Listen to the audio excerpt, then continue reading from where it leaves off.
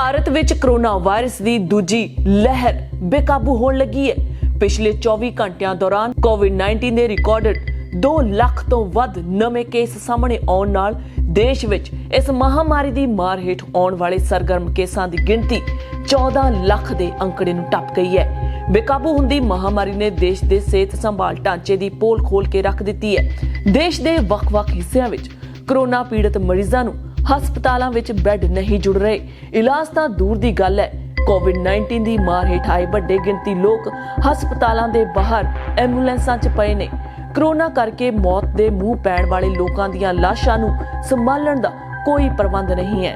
ਸ਼ਮਸ਼ਾਨ ਘਾਟ ਦੇ ਬਾਹਰ ਲੰਮੀਆਂ ਕਤਾਰਾਂ 'ਚ ਲੱਗੇ ਲੋਕ ਆਪਣੇ ਸਕੇ ਸੰਬੰਧੀਆਂ ਦੇ ਦਾਹ ਸੰਸਕਾਰ ਲਈ ਘੰਟਿਆਂ ਬੱਧੀ ਖੜਨ ਲਈ ਮਜਬੂਰ ਨੇ। ਕਬਰਿਸਤਾਨਾਂ 'ਚ ਲਾਸ਼ਾਂ ਦਫਨਾਉਣ ਲਈ ਜ਼ਮੀਨ ਥੁੜਨ ਲੱਗੀ ਹੈ। ਮੁੜ ਲਾਕਡਾਊਨ ਲੱਗਣ ਦੇ ਡਰੋਂ ਪ੍ਰਵਾਸੀ ਮਜ਼ਦੂਰ ਵੱਡੀ ਗਿਣਤੀ 'ਚ ਆਪਣੇ ਪਿਤਰੀ ਰਾਜਾਂ ਨੂੰ ਹਿਜਰਤ ਕਰਨ ਲੱਗੇ ਨੇ। ਟੀਕਾ ਉਤਸਵ ਦੇ ਸੱਦੇ ਦੇ ਬਾਵਜੂਦ ਕੁਝ ਰਾਜ ਟੀਕਾਕਰਨ ਦੇ ਮਿੱਥੇ ਟੀਚਿਆਂ ਨੂੰ ਪੂਰਾ ਕਰਨ ਵਿੱਚ ਨਾਕਾਮ ਰਹੇ ਨੇ। ਕੇਂਦਰੀ ਸਿਹਤ ਮੰਤਰਾਲੇ ਵੱਲੋਂ ਜਾਰੀ ਅੰਕੜਿਆਂ ਅਨੁਸਾਰ ਇੱਕੋ ਦਿਨ ਵਿੱਚ ਰਿਕਾਰਡ 2,739 ਨਵੇਂ ਕੇਸ ਆਉਣ ਨਾਲ ਦੇਸ਼ ਵਿੱਚ ਕੋਰੋਨਾ ਵਾਇਰਸ ਦੇ ਕੁੱਲ ਕੇਸਾਂ ਦੀ ਗਿਣਤੀ ਵੱਧ ਕੇ 1,40,74,564 ਦੇ ਅੰਕੜੇ ਨੂੰ ਪੁੱਜ ਗਈ ਹੈ। ਇਸ ਅਰਸੇ ਦੌਰਾਨ ਹੋਈਆਂ ਮੌਤਾਂ ਦੀ ਗੱਲ ਕਰੀਏ, 1038 ਹੋਰ ਮੌਤਾਂ ਨਾਲ ਕੋਰੋਨਾ ਦੀ ਬਿਮਾਰੀ ਕਰਕੇ ਮਰਨ ਵਾਲਿਆਂ ਦੀ ਕੁੱਲ ਗਿਣਤੀ ਵੱਧ ਕੇ 1,73,123 ਹੋ ਗਈ ਹੈ। ਲਾਗ ਦੇ ਕੇਸਾਂ ਵਿੱਚ ਪਿਛਲੇ 36 ਦਿਨਾਂ ਤੋਂ ਵਾਧਾ ਜਾਰੀ ਹੈ। ਦੇਸ਼ ਵਿੱਚ ਕੋਵਿਡ ਕਰਕੇ ਜ਼ੇਰੇ ਇਲਾਜ ਮਰੀਜ਼ਾਂ ਦੀ ਗਿਣਤੀ ਵੱਧ ਕੇ 14,71,877 ਤੇ ਪੁੱਜ ਗਈ ਹੈ, ਜੋ ਕੁੱਲ ਕੇਸਾਂ ਦਾ 10.46% ਹੈ। ਇਸ ਬਿਮਾਰੀ ਤੋਂ ਉੱਭਰ ਕੇ ਠੀਕ ਹੋਣ ਵਾਲਿਆਂ ਦੀ ਦਰ ਡਿੱਗ ਕੇ 88.31% ਰਹਿ ਗਈ ਹੈ, ਜਦੋਂ ਕਿ ਮੌਤ ਦਰ 1.23% ਹੈ।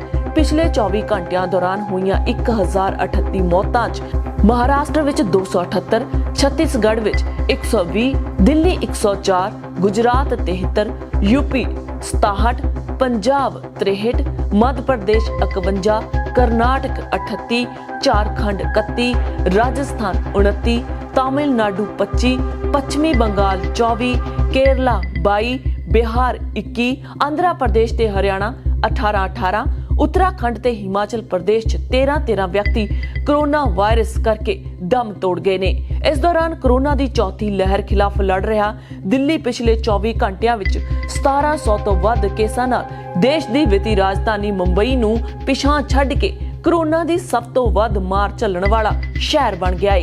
ਮਹਾਰਾਸ਼ਟਰ, ਯੂਪੀ, ਦਿੱਲੀ, ਛੱਤੀਸਗੜ੍ਹ, ਕਰਨਾਟਕ, ਮੱਧ ਪ੍ਰਦੇਸ਼, ਕੇਰਲਾ, ਤਾਮਿਲਨਾਡੂ, ਗੁਜਰਾਤ ਤੇ ਰਾਜਸਥਾਨ ਵਿੱਚ ਇੱਕੋ ਦਿਨ ਵਿੱਚ ਰਿਪੋਰਟ ਹੋਏ ਨਵੇਂ ਕੇਸ ਕੋਵਿਡ-19 ਦੇ ਕੁੱਲ ਕੇਸਾਂ ਦਾ 80.76% ਹਨ।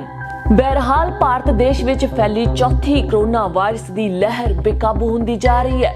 ਪ੍ਰਧਾਨ ਮੰਤਰੀ ਨਰਿੰਦਰ ਮੋਦੀ ਹਰ ਪਾਸੋਂ ਫੇਲ ਦਿਖਾਈ ਦੇ ਰਹੇ ਨੇ।